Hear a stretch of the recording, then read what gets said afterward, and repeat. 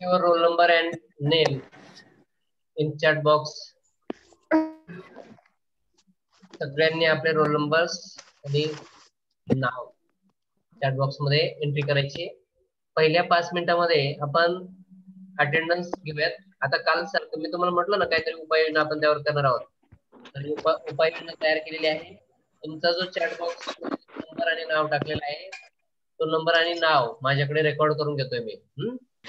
त्यामुळे आता individually attendance घेण्याची गरज राहिलेली नाही. त्यामध्ये वेळ खर्च करण्याची आवश्यकता नाही. तुम्ही त्यासाठी काय करायचं, पहिल्या 5 मिनिटांमध्ये तुमचं नाव आणि रोल नंबर हा इथे रेकॉर्ड करायचा आहे. पहिल्या 5 मिनिटांमध्ये अटेंडन्स येईल करणार नाही. पहिल्या 5 मिनिटातला आणि शेवटच्या 5 मिनिटातला मी अटेंडन्स घेणार आहे आणि तुम्हाला कुठल्याही प्रकारे डिस्टर्ब न करता ते अटेंडन्स मी घेणार आहे. इथे लक्षात. हा बेटा किशोर लांडगे काय म्हणतो असतो त्यासाठी चुकून झालं सर.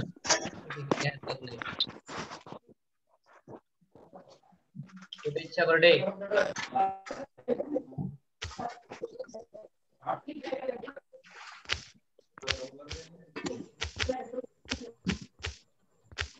मी तुमचं अटेंडन्स 5 मिनिटात दिलं की आपण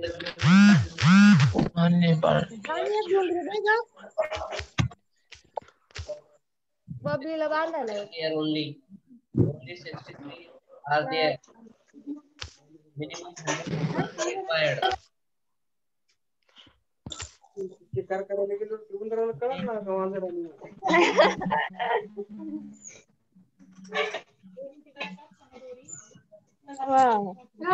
मुलं आहेत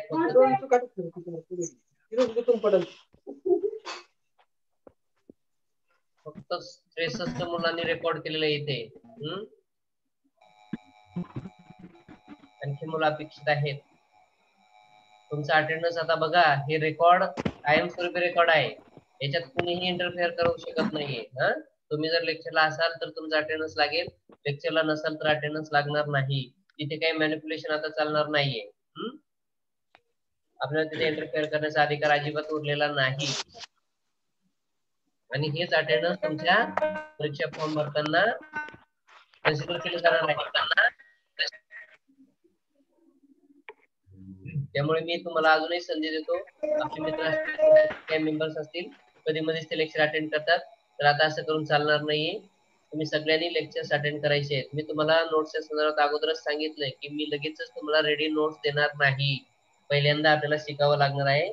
नंतर अभ्यासाच्या अनुषंगाने तुम्हाला ज्या नोट्स हव्या आहेत त्या पीडीएफच्या स्वरूपात असतील किंवा कुठल्याही फॉर्मॅटमध्ये असतील, लेक्चरच्या स्वरूपात असतील, आपण तेव्हा बघूयात. पण आता मात्र लेक्चर अटेंड केल्याशिवाय पर्याय नाही. ठीक आहे, पहिले 5 मिनिट झालेत. आता मी काय करतो, तुमचा अटेंडन्स रेकॉर्ड करतो इकडे. चालेल? अजूनही मुलं येत आहेत. First 5 minutes are required for attendance. 5 minute मी आता ते आम्हाला धरताना चालेल राखून ठेवलेत अटेंडन्स साठी. ओके, लेक्चर चालू झालं. आता लेक्चर संपतानाच तुमचं शेवटच्या 5 मिनिटात अटेंडन्स जे आहे ना ते होणार आहे. लक्षात घ्या. ऑनलाईन चालू आहे नाही का?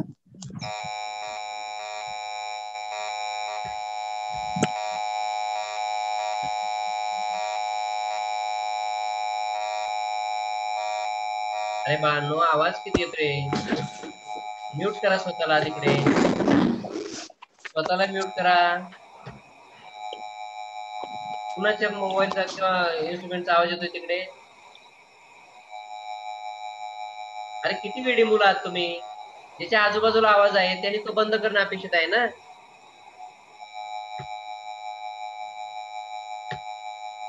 ठीक आहे, मी तुम्हाला आता म्यूट करतोय. तुम्हाला मराठी समजत नाहीये.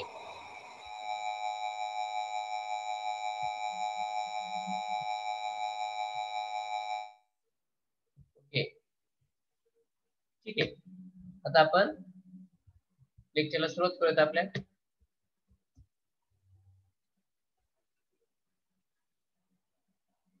बघा, आपण धर्मादाय कंपनी पाहिली. धर्मादाय कंपनीला आपण कोणती कंपनी म्हटलं होतं? कलम 8 कंपनी, राईट? कलम 8 कंपनीची वैशिष्ट्ये पाहिली, फायदे पाहिलेत, त्यानंतर तोटे सुद्धा पाहिलेले आहेत, बरोबर. त्यानंतर आपण नवीन कंपनी प्रकार जो आहे, इतर कंपन्यांच्या प्रकारामधला सुप्त कंपनी किंवा निष्क्रिय कंपनी आपण त्याला म्हणतो. डॉर्मंट किंवा इनॅक्टिव्ह कंपनी जी आहे ना, ती कंपनी आपण बघत होतो. ठीक आहे.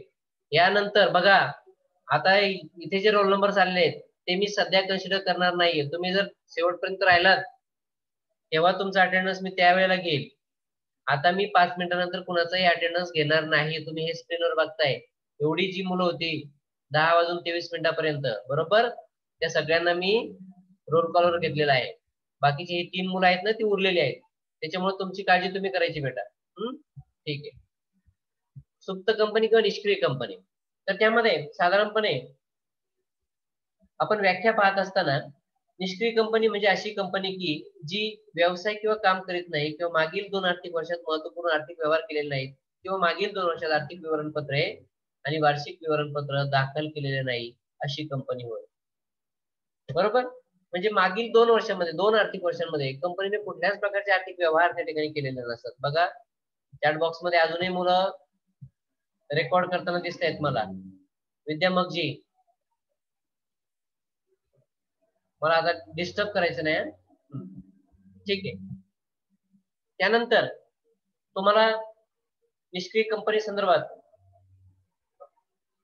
जे व्यवहार आहेत त्या व्यवहारांची नोंदणी अधिकाऱ्याकडे करणं अपेक्षित असतं. बघा, इथे म्हटलंय की एखाद्या निष्क्रिय कंपनीने मागील 2 आर्थिक वर्षांमध्ये नोंदणी अधिकाऱ्याकडे आर्थिक विवरणपत्रे किंवा आर्थिक अहवाल पाठवले नसतील तर नोंदणी अधिकारी अशा कंपनीला सूचना पाठवून त्यांनी त्यांच्या कंपनीचे नाव निष्क्रिय कंपनीच्या नोंदवहीत देता यावेत म्हणून आदेश देऊ शकतो. नोंदणी अधिकाऱ्याच्या लक्षात आलं की एखाद्या कंपनीने 2 आर्थिक वर्षांतील कुठलीच आर्थिक हिशेबपत्रक जमा केलेली नाहीयेत, अशा वेळेला नोंदणी अधिकाऱ्याची ही बाब लक्षात आल्यानंतर नोंदणी अधिकारी स्वतःहून कंपनीला अशी सूचना पाठवतो की तुम्ही तुमच्या कंपनीचं नाव निष्क्रिय कंपनीच्या यादीत नोंदवण्यासाठी प्रयत्न करायचे आहे. ठीक आहे. कंपनी कायद्यातील तरतुदीनुसार अशा कंपन्यांनी किमान संचालकाची अट पूर्ण केली पाहिजे. बघा, निष्क्रिय कंपनी जी आहे किंवा जिला निष्क्रिय कंपनी कायद्यानेच म्हटलेलं आहे, तर अशा कंपनीमध्ये किमान संचालकांची संख्या मात्र रिक्वायर्ड आहे, आवश्यक आहे, सक्तीची आहे. किमान संचालकांची संख्या जर कमी झाली तर मात्र निष्क्रिय कंपनीला पुढच्या प्रक्रिया ज्या आहेत कायदेशीर प्रक्रिया करण्यासाठी अडचण येते. तसेच त्यांनी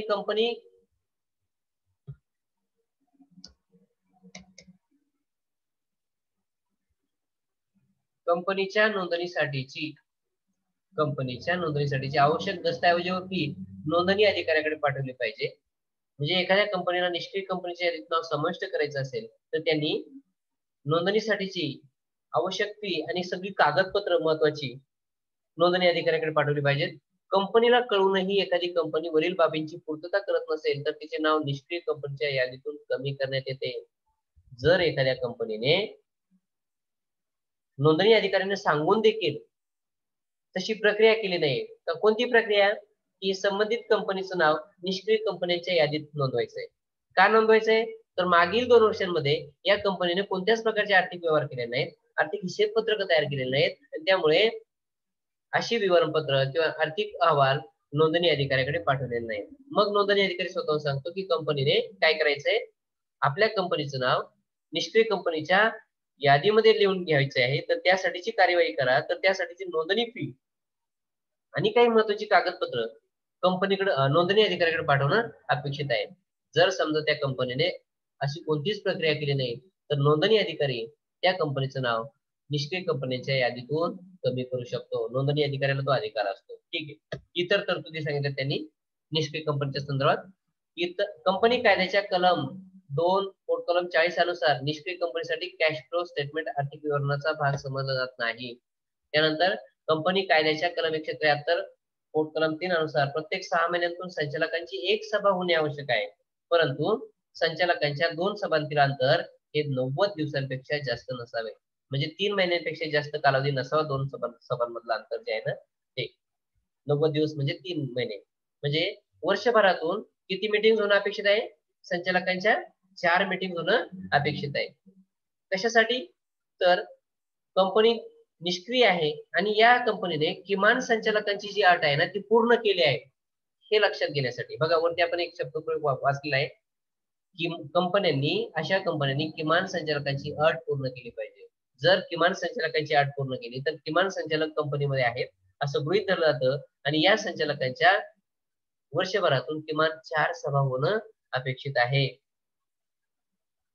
कंपनी कायद्याच्या कलम 248 अनुसार नोंदणी अधिकारी कंपनीला सूचना देऊन तिला निष्क्रिय कंपनी ठरवण्याचे त्याचे मत कंपनीला कळवू शकतो. स्वतः नोंदणी अधिकारी त्यामध्ये पुढाकार घेतो आणि एखादी कंपनी निष्क्रिय आहे तर तुम्ही तुमच्या कंपनीचं नाव निष्क्रिय कंपनीच्या यादीत नोंदवा किंवा नोंदवून घ्या असं नोंदणी अधिकारी कंपनीला कळवू शकतो.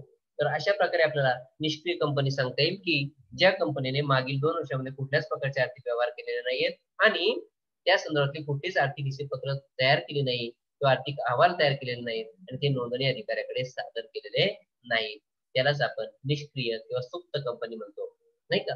सुप्त म्हणजे काय अदृश्य म्हणजे सुप्त अवस्थेमध्ये असणं कुठल्याच प्रकारची हालचाल नसणं. आपण आपल्यातील सुप्त गुण म्हणतो ना ज्याला चालनाच दिली नाही तर ते गुण आहेत पण त्याचा वापर केला नाही म्हणून त्याला आपण सुप्त गुण म्हणतो. इतर कंपन्यांच्या प्रकारामध्ये चौथा प्रकार आहे आजारी कंपनी. सगळे लोक ऐकतायत फक्त काही अडचण आली तर तुम्ही चॅट बॉक्स मध्ये तेवढं नोंदवू शकता. ओके ठीक आहे. आजारी कंपनी त्याला आपण सिक कंपनी असं म्हटलेलं आहे. बघा आजारी कंपनीची व्याख्या या ठिकाणी दिलेली आहे.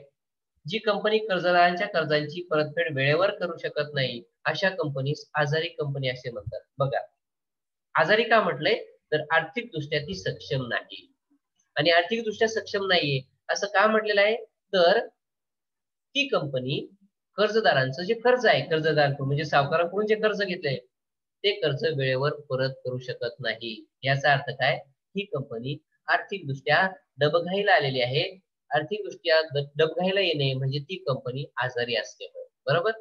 आणि आजारी असणं म्हणजे काय कंपनीचा आजार हा आर्थिक स्वरूपात मोजला जातो कारण कंपनीचं सगळं नियोजन नियमन व्यवस्थापन हे फक्त पैशाच्या आधारे केलं जातं. तिथे एखादी व्यक्ती आजारी असो काय किंवा एखादी व्यक्ती कामावर न आली काय कंपनीला कुठलाही फरक पडत नाही.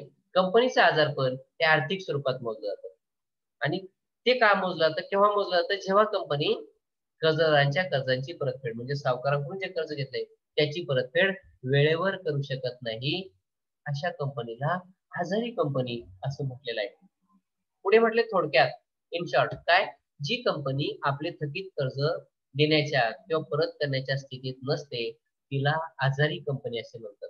बघा दुसरी पण व्याख्या अतिशय सिंपल आहे किंवा इथे आपल्याला सरळ सरळ 2 व्याख्या सांगता येऊ शकतात. पहिली व्याख्या काय म्हटलंय जी कंपनी कर्जदारांच्या कर्जांची परतफेड वेळेवर करू शकत नाही आणि दुसऱ्या ठिकाणी काय म्हटलंय जी कंपनी आपले थकीत कर्ज देण्याच्या स्थितीत नसते किंवा परत करण्याच्या स्थितीत नसते तिला आजारी कंपनी असं म्हणतात. इतकंच काय की पुढे आपल्याला आणखी विश्लेषण आजारी कंपनी संदर्भात दिलेलं आहे. बघा एखादी कंपनी तिच्या एकूण कर्जांपैकी 50% जास्त कर्ज जे सुरक्षित स्वरूपाचे असू नये. बघा सुरक्षित कर्ज कशाला म्हणतात कोण सांगू शकेल मला चॅट बॉक्स मध्ये. Yes secure loans chat box मध्ये कोणी सांगू शकेल मला. सुरक्षित कर्ज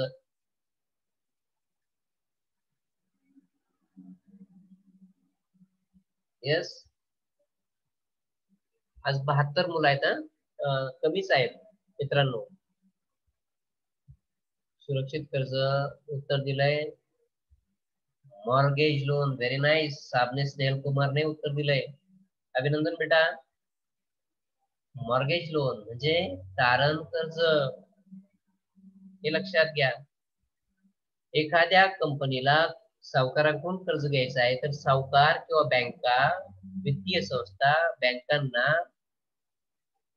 काही गोष्टी तारण घेतल्याशिवाय कर्ज देत नाहीत. बघा तुम्ही सर्वसामान्य लोक जनता जेव्हा बँकांमध्ये कर्ज घ्यायला जातात तेव्हा 2 जामीनदार असतात किमान. पतसंस्थांमध्ये जर गेलात ना तर 2 जामीनदार असतात. कशासाठी जर कर्जदार स्वतः कर्जाची परतफेड करू शकला नाही तर त्या कर्जाची परतफेड कोण करणार असतं जामीनदार करत असतात कायदेशीर. त्यामुळे ग्रामीण भागामध्ये थोडंसं अज्ञान आहे नातेसंबंध असतील, मैत्री असेल, या सगळ्या गोष्टी असतात. एक सही पाहिजे असं म्हटलं की लोक लगेच सही द्यायला तयार होतात, परंतु सही देत असताना जर स्वतः कर्जदाराने ते कर्ज जर परत केलं नाही तर ते कर्ज परत करण्याची जबाबदारी ही जामीनदारावर असते.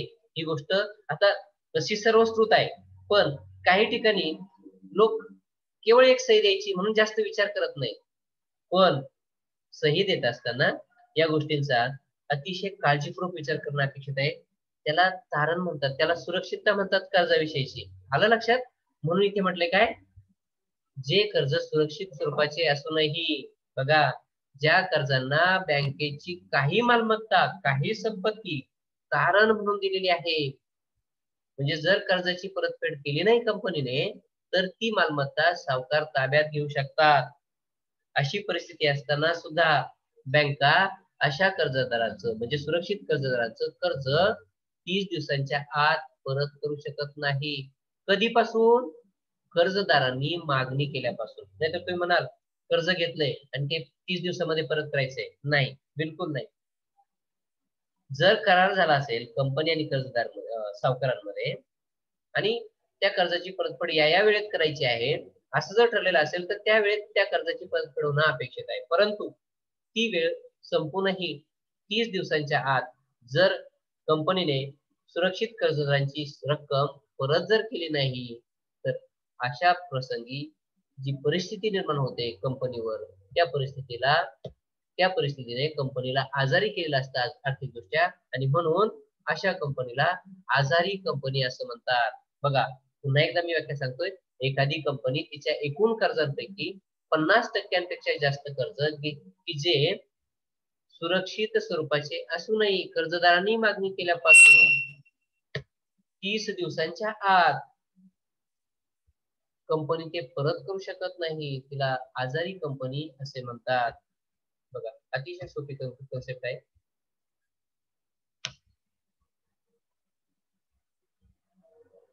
ठीक आहे, मागणी केल्यापासून 30 दिवसाच्या देऊ शकत नाही. पुढे म्हटलंय कंपनी कायदा 2013 मधील कलम 253 नुसार कंपनीने सुरक्षित कर्जदारांचे कर्ज वेळेवर परत केले पाहिजे, परंतु आजारी कंपनी असे कर्ज वेळेवर परत करू शकत नाही. जर कंपनी आजारी असेल तर सुरक्षित कर्जदारांचं कर्ज सुद्धा कंपनीला वेळेवर परत करता येत नाही, कारण कंपनी आर्थिकदृष्ट्या डबघाईला आलेली असते. कर्जदारांचे कर्ज मागणी केल्यानंतरही परत मिळत नसेल तर कर्जदार या कंपनी कायद्याच्या अंतर्गत, हा कंपनी कायदा कोणता? कंपनी कायदा 2013. या कंपनी कायद्याच्या अंतर्गत कलम 253 पोट कलम 1 अनुसार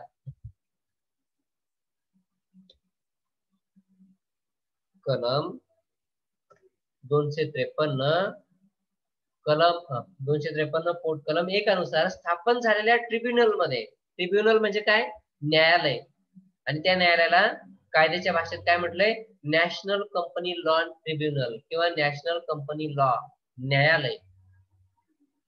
सदर कंपनीच्या आजारीपणाच्या संदर्भात पुराव्यानिशी लेखी अर्ज करतात. जर कर्जदारांना, सुरक्षित कर्जदारांना मागणी करूनही 30 दिवसांच्या आत जर कर्जाची रक्कम कंपनीकडून परत भेटली नाही तर असे कर्जदार कंपनी कायदा 2013 मधील कलम 253 पोट कलम 1 अनुसार संबंधित कंपनी आजारी आहे या संदर्भात लेखी पुराव्यानिशी आजारी आहे असं घोषित करावं असा अर्ज ते न्यायालयाकडे सादर करतात.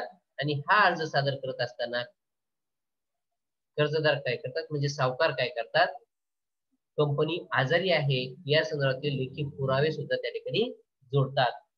असा अर्ज मिळाल्यानंतर न्यायालयामार्फत कंपनीची सर्व चौकशी केली जाते. सर्व चौकशी म्हणजे काय? सर्व प्रकारच्या आर्थिक बाबींची चौकशी केली जाते व कंपनी खरोखरच कर्जदारांचे कर्ज परत करू शकत नाही अशी न्यायालयाची खात्री झाल्यानंतर न्यायालय अशा कंपनीस आजारी कंपनी म्हणून घोषित करते. बघा, ज्या सुरक्षित कर्जदारांना वेळेवर कर्जाची परतफेड झाली नाही तर ते स्वतःहून काय करतात, ती कंपनी आजारी आहे असं न्यायालयाने घोषित करावं. म्हणजे काय आहे, त्या कर्जदारांना जरी कंपनी आजारी असेल तरी देखील त्यांच्या कर्जाची रक्कम जी आहे त्याविषयीची सुरक्षितता प्राप्त होते. बरोबर? ठीक. आणि मग न्यायालय या सगळ्या बाबींची शहानिशा करतात. म्हणजे सावकारांनी जो अर्ज केलेला आहे कंपनी आजारी आहे असं घोषित करण्यासाठी न्यायालयाकडे, तर न्यायालय काय करते, जे पुरावे त्यांनी सादर केलेत त्यांची शहानिशा करतं आणि न्यायालयाची खात्री झाली की संबंधित कंपनी खरोखरच आर्थिकदृष्ट्या आजारी आहे, तर अशा कंपनीला न्यायालय आजारी कंपनी म्हणून घोषित करते.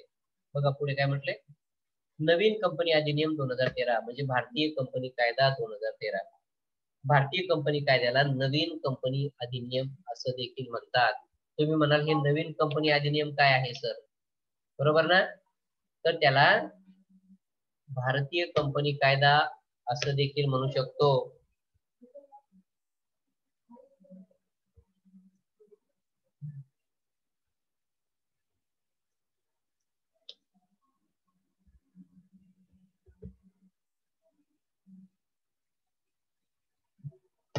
आलं लक्षात, नवीन कंपनी अधिनियम म्हणजे भारतीय कंपनी कायदा 2013 मध्ये आजारी कंपनीच्या पुनरुज्जीवन व पुनर्वसनासाठी पुरेशा तरतुदी दिलेल्या आहेत. बघा आजारी कंपनीला म्हणजे ठीक आहे, कंपनी आर्थिकदृष्ट्या डबघाईला आलेली आहे, पण त्यातून कंपनीला सावरायचं असेल तर त्या अशा कंपन्यांचं म्हणजे आजारी कंपन्यांचं पुनरुज्जीवन आणि पुनर्वसन कसं करता येऊ शकतं या संदर्भात कंपनी कायद्यामध्ये काही तरतुदी दिलेल्या आहेत. अशा परिस्थितीत आजारी कंपनीला नॅशनल कंपनी लॉ ट्रिब्युनलचा, त्याला म्हणतात NCLT, इथे आपण मी थोडक्यात देतो शॉर्ट फॉर्म मध्ये.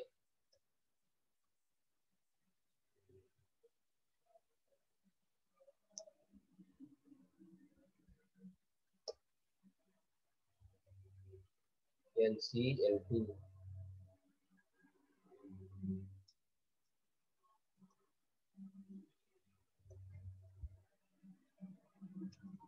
बघा,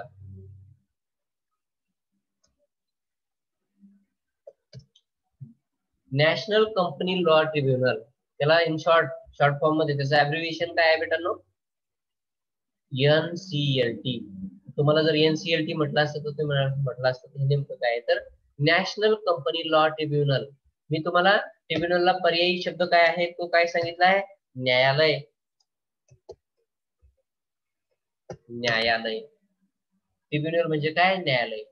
नॅशनल कंपनी लॉ ट्रिब्युनल किंवा न्यायालय, त्याला NCLT असं आपण म्हटलंय, संदर्भ देऊन आजारी कंपनीच्या पुनरुज्जीवनाची योजना तयार करून सादर करणे अपेक्षित आहे. म्हणजे भारतीय कंपनी कायद्याप्रमाणे भारतीय कंपनी कायदा 2013 नुसार आजारी कंपन्यांचं पुनरुज्जीवन आणि पुनर्वसन करता येऊ शकतं, पण अशा आजारी कंपन्यांनी नॅशनल कंपनी लॉ ट्रिब्युनल किंवा न्यायालयाने किंवा NCLT-ने जो आजारपणाचा दाखला दिलेला आहे कंपनीला, तो आजारपणाचा दाखला त्या ठिकाणी जोडणं किंवा उपस्थित करणं अपेक्षित आहे.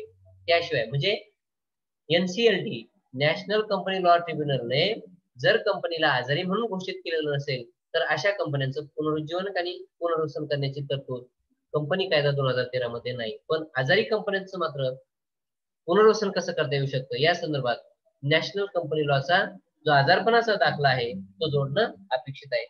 आता इथे म्हटले बघा, कंपनीचे आजारपण निर्धारित करण्याच्या पद्धती, म्हणजे कंपनी आजारी आहे हे कशावर ओळखायचं किंवा कोणकोणत्या परिस्थितीमध्ये कंपनी आजारी असू शकते, तर इथे पहिला क्रमांक दिलाय, कंपनीला दिलेले कर्ज परत मिळावे यासाठी कंपनीच्या सुरक्षित कर्जदारांनी मागणी केली पाहिजे. कशाची मागणी, कर्जाची. कर्जाची मागणी केली पाहिजे. म्हणजे इथे कर्जदार म्हणजे कर्ज घेतलेले असतात बरं का, इथे सावकार हा शब्द असणं फार गरजेचं आहे.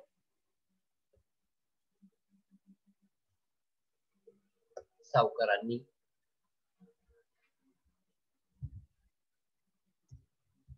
कंपनीला दिलेले कर्ज परत मिळावे यासाठी कंपनीच्या सुरक्षित सावकारांनी कर्जाची मागणी केली पाहिजे. कंपनीला कर्ज परत करता येत नसेल तर दिलेले कर्ज सुरक्षित राहील अशा प्रकारची मागणी कर्जदारांनी करणे अपेक्षित आहे. बरोबर, कर्जदारांनी म्हणजे सावकारांनी, इथे प्रत्येक ठिकाणी तुम्हाला सावकार हा शब्द रिप्लेस करावा लागणार आहे बेटा.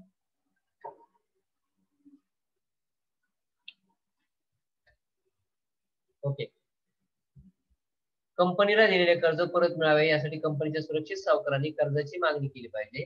कंपनीला कर्ज परत करता येत नसेल तर दिलेले कर्ज सुरक्षित कसे राहील या प्रकारची मागणी सावकारांनी करणे अपेक्षित आहे. दुसरी पद्धती आहे, कंपनीने कर्जदारांच्या कर्जफेडीची मागणी नाकारल्यानंतर, बघा इथे सुद्धा तुम्ही काय म्हणू शकता, सावकारांची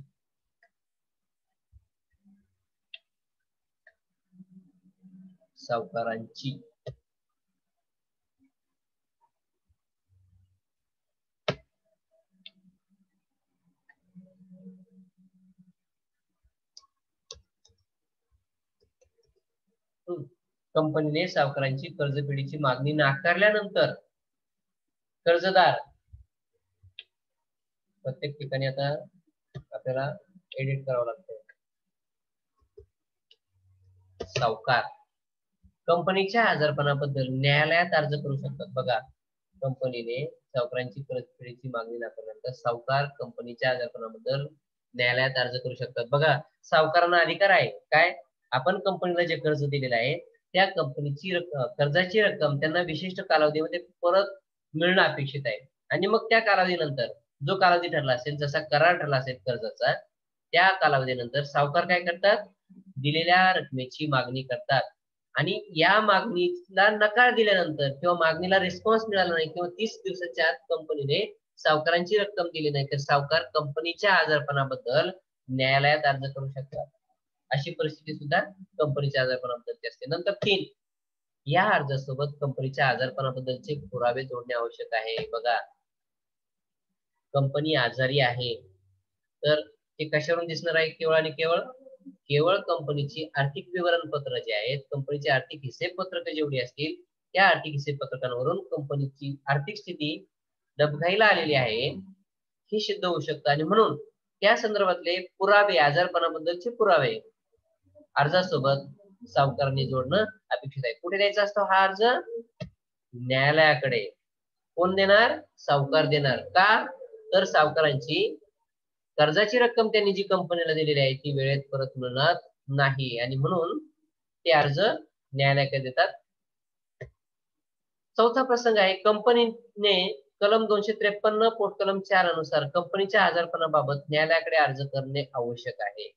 या अर्जात स्टे मिळण्याची इच्छा असेल तर तसे स्पष्टपणे नमूद करणे आवश्यक आहे. बघा, म्हणजे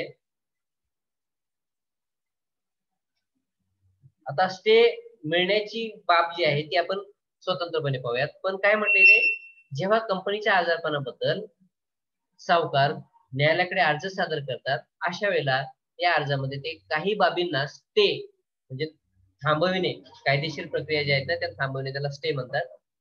स्टे मिळवायचा असेल तर त्याविषयीची स्पष्ट विवरण किंवा स्पष्ट माहिती त्यांनी अर्जामध्ये करणं अपेक्षित आहे. तर कोणकोणत्या बाबींना स्टे मिळवावा लागतो, तर त्या बाबी पुढे अशा आहेत.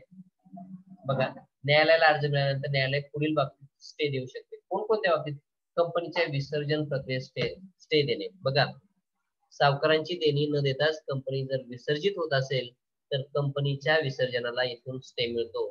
नंतर कंपनीची मालमत्ता व संपत्तीच्या विक्रीस स्टे देणे. सावकारांची देणी द्यायचं सोडून कंपनी जर इतरांचीच मालमत्ता किंवा इतरांचीच देणी देत असेल तर त्या मालमत्ता विकून किंवा संपत्ती विकून इतरांची देणी दिली जात असतील पण सावकारांचं कर्ज मात्र मिटवलं जात नसेल तर त्या प्रक्रिया सुद्धा स्टे दिला जातो.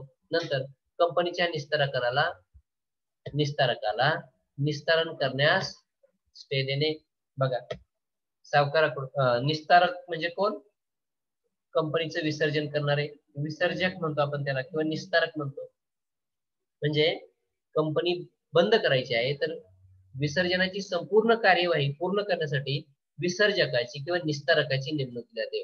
आणि मग जर असा निस्तारक नेमला असेल आणि तो विसर्जनाची प्रक्रिया पूर्ण करत असेल तर अशा प्रक्रियेला सुद्धा स्टे त्या ठिकाणी या अर्जाद्वारे मिळतो. कुणी केलेला असतो अर्ज, सावकारांनी. का केलेला असतो तर त्यांना मुदतीच्या आत रकमेची मागणी करून देखील 30 दिवसांच्या आत त्यांची रक्कम, सुरक्षित कर्जदार होते ते, सुरक्षित सावकार म्हणूया आपण, तरी सुद्धा त्यांना त्यांची रक्कम परत भेटली नाही, अशा वेळेला हे सावकार न्यायालयाकडे कंपनीच्या आजारपणासंदर्भात अर्ज करतात. आजारी आहे कंपनी असं घोषित करण्यासाठी विनंती अर्ज करतात. या अर्जासोबत कंपनी आजारी असल्याचे सगळे पुरावे सावकार जोडतात आणि ज्या कायदेशीर प्रक्रिया सुरू आहे आता सध्या कंपनीमध्ये त्या सगळ्या प्रक्रियांना स्टे आणण्याचं काम सावकार त्या ठिकाणी करतात. त्या अर्जामध्ये तसं स्टे आणावा असं नमूद केलं तर 6वा क्रमांक आहे कंपनी कायद्यातील कलम 253 पोट कलम 5 अनुसार केंद्र सरकार किंवा रिझर्व्ह बँक ऑफ इंडिया किंवा राज्य सरकार किंवा सार्वजनिक आर्थिक संस्था किंवा सूचित बँका इत्यादींना एखादी कंपनी खरोखरच आजारी आहे असे वाटत असेल तर संबंधित न्यायालयाला माहिती देऊ शकते. म्हणजे ही माहिती केंद्र सरकार सुद्धा देऊ शकतं, रिझर्व्ह बँक देऊ शकते, राज्य सरकार देऊ शकतं, सार्वजनिक कंपनी देऊ शकते, सूचित बँका देऊ शकतात. कुणाला? न्यायालयाला माहिती देतात काय की संबंधित कंपनी आजारी आहे असे वाटतंय तर अशी माहिती न्यायालयाला केंद्र सरकारद्वारे, रिझर्व्ह बँकेद्वारे, राज्य सरकारद्वारे, कंपनीद्वारे, सार्वजनिक कंपनीद्वारे देता येते. नंतर कलम 7वा क्रमांक कलम 253 पोट कलम 7 अनुसार न्यायालयाला अर्ज मिळाल्यापासून 60 दिवसांच्या आत संबंधित कंपनीच्या आजारपणाबद्दल निर्णय घेऊ शकते. कोण निर्णय घेऊ शकते? न्यायालय. न्यायालयाला जेव्हा कंपनीच्या आजारपणासंदर्भात अर्ज मिळतो, कोण करतात अर्ज? सावकार. असा अर्ज मिळाल्यानंतर न्यायालय 60 दिवसांच्या आत संबंधित कंपनीच्या आजारपणाविषयी निर्णय घेऊ शकते.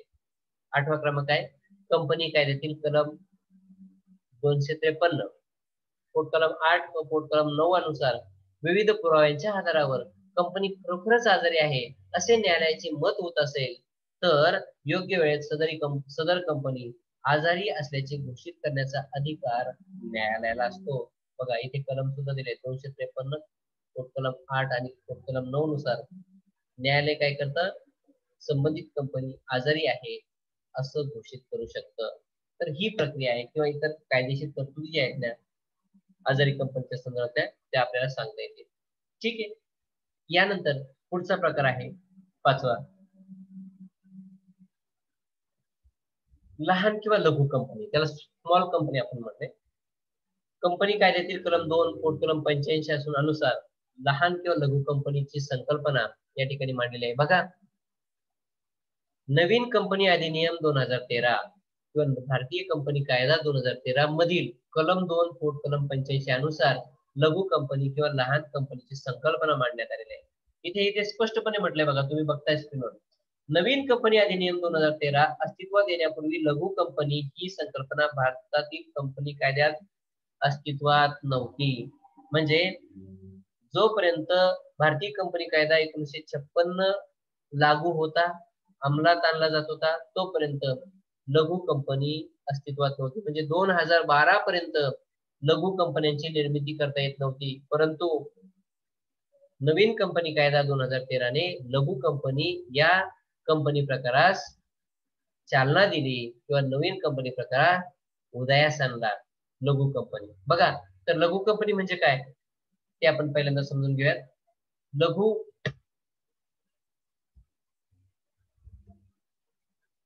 लघु ऑब्लिक लहान कंपनी म्हणजे अशी कंपनी की जी सार्वजनिक कंपनी नाही.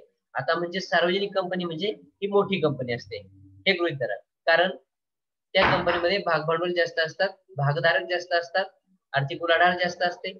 याचा अर्थ निश्चितपणे काय समजतो की सार्वजनिक कंपनी ही आकाराने, भांडवलाने, व्यापाने मोठी असते. मोठी नसलेली कंपनी म्हणजे लघु कंपनी की जिची आर्थिक क्षमता ही कमी असते. बरोबर. अतिशय सोपी व्याख्या आपल्याला या ठिकाणी दिली आहे. दुसरी व्याख्या आपल्याला या ठिकाणी समजावून सांगितली आहे. लहान कंपनी किंवा लघु कंपनी म्हणजे सार्वजनिक कंपनी व्यतिरिक्त इतर कंपनी की जी, बघा सार्वजनिक कंपनीचा इथे वारंवार उल्लेख केलेला असतो की जिचे वसूल झालेले भांडवल पेड अप कॅपिटल म्हणतो आपण रुपये 50 लाखांपेक्षा कमी आहे किंवा ठरवून दिलेले भांडवल रुपये 5 कोटींपेक्षा जास्त नाही. 50 लाखांपेक्षा पेड अप कॅपिटल कमी आहे वसूल झालेले भांडवल आणि 5 कोटींपेक्षा त्या कंपनीची आर्थिक क्षमता जास्त नाही, म्हणजे ज्या कंपनीचं भांडवल 5 कोटींपेक्षा कमी आहे एकूण भांडवल, अशी कंपनी म्हणजे लघु कंपनी. किंवा जिची मागील वर्षाची आर्थिक उलाढाल नफा तोटा पत्रकातील आकडेवारीप्रमाणे रुपये 2 कोटींपेक्षा जास्त नाही, किंवा ठरवून दिल्याप्रमाणे 20 कोटींपेक्षा ती जास्त नाही, तिला लघु कंपनी असं त्या ठिकाणी म्हटलं जातं. बघा, आपण यापूर्वी अगोदरच म्हटलं की भारतीय कंपनी कायदा 2013 ने लघु कंपनी या नवीन कंपनी प्रकाराला सुरुवात केलेली आहे किंवा अस्तित्वात आणलेली आहे नवीन कंपनी लघु कंपनी. लघु कंपनी संदर्भात आणखी पुढे आपल्याला एक्सप्लेन केले इथे खासगी कंपनी, सार्वजनिक कंपनी आणि एक व्यक्ती कंपनी. आपण हे सगळे प्रकार पाहिले बरोबर ना. एक व्यक्ती कंपनी व्यतिरिक्त एखादी कंपनी ही एक लहान किंवा लघु कंपनी असू शकते. म्हणजे तात्पर्य लक्षात घ्या, कोणतीही खासगी कंपनी म्हणजे लघु कंपनी नाही, एक व्यक्ती कंपनी म्हणजे लघु कंपनी नाही, किंवा सार्वजनिक कंपनी म्हणजे लघु कंपनी नाही. तर कंपनी कायद्यातील कलम 2 पोटकलम 85 अनुसार लघु कंपनी ही संकल्पना पुढील कंपन्यांना सुद्धा लागू होत नाहीत. मग त्या कोणकोणत्या कंपन्या आपण काय पाहिले वरती, खासगी कंपनी, सार्वजनिक कंपनी आणि एक व्यक्ती कंपनी म्हणजे लघु कंपनी नाही. आणखी ऍडिशनल आपल्याला काय सांगितलं त्यांनी की कंपनी कायद्यातील कलम 2 पोटकलम 85 अनुसार खालील कंपन्या सुद्धा लघु कंपनी प्रकारात समाविष्ट होत नाही. तर कोणकोणत्या कंपन्या आहेत, तर त्यामध्ये पहिली कंपनी आहे सूत्रधारक कंपनी व सहाय्यक कंपनी, म्हणजे प्रमुख कंपनी आणि दुय्यम कंपनी. 2 मिनिट बाकी. हो मित्रांनो, तुमचा अटेंडन्स मी पुन्हा एकदा घेतो. मी म्हटलं होतो की पहिल्या 5 मिनिटात आणि शेवटच्या 5 मिनिटामध्ये अटेंडन्स घेणार आहे. तर पुन्हा एकदा मी तुमचा अटेंडन्स रेकॉर्ड करून घेतोय. ठीक आहे. ज्यांचे रोल नंबर्स बाकी होते ते सुद्धा यामध्ये आता कव्हर झाले असतील. पण मी पुन्हा एकदा सांगेल, पहिल्या 5 मिनिटामध्ये ज्यांचा अटेंडन्स आहे त्याच मुलांना शेवटपर्यंत मी कन्सिडर करेल, ज्याचा अर्थ त्यांनी सुरुवातीपासून शेवटपर्यंत लेक्चर अटेंड केलेला आहे. यापेक्षा तर आम्ही जास्त काही करू शकणार नाही, हे तुम्ही मानू शकता. मग एखादा काय करेल, सुरुवातीच्या 5 मिनिटामध्ये येईल आणि नंतरच्या 5 मिनिटामध्ये येईल, चालेल लेक्चर्स, असं होऊ शकतं. ठीक आहे.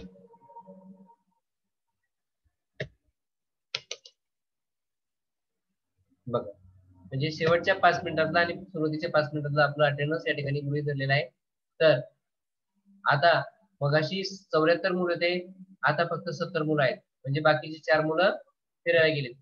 मी नंतरचा अटेंडन्स महाले बाळकृष्ण, वागचौरे प्रतीक्षा, दिव्या गुरसळ, मी तुम्हाला सुरुवातीला सांगितलंय की तुम्ही तुमचा अटेंडन्स तुमच्या पद्धतीने पहिल्या 5 मिनिटांमध्ये नोंदवा. आता मी शेवटचा देखील अटेंडन्स घेतलंय, यानंतर अशी चूक करायची नाही. बरीच मुलं आता यायला लागलीत, संपले लेक्चर बेटा, याला काय अर्थ नाही. काहीच अर्थ नाहीये. मी तुमचा अटेंडन्स घेणार नाही, स्पष्टपणे सांगतो. अगोदर दिले असेल तर गोष्ट वेगळी आहे. ठीक आहे, तुम्ही तुमच्या पद्धतीने पाहता काय करायचं तुम्हाला, कारण मी सांगितलेलं आहे ऑलरेडी. उद्यापासून लक्षात ठेवा. ठीक आहे. अजूनही चालू आहे मुलांचं लेक्चर, संपतंय आता. ठीक आहे, आज पुरतं घेतलंय मी, असं करा. पण कुठून घ्यायचं आता नाही माहिती.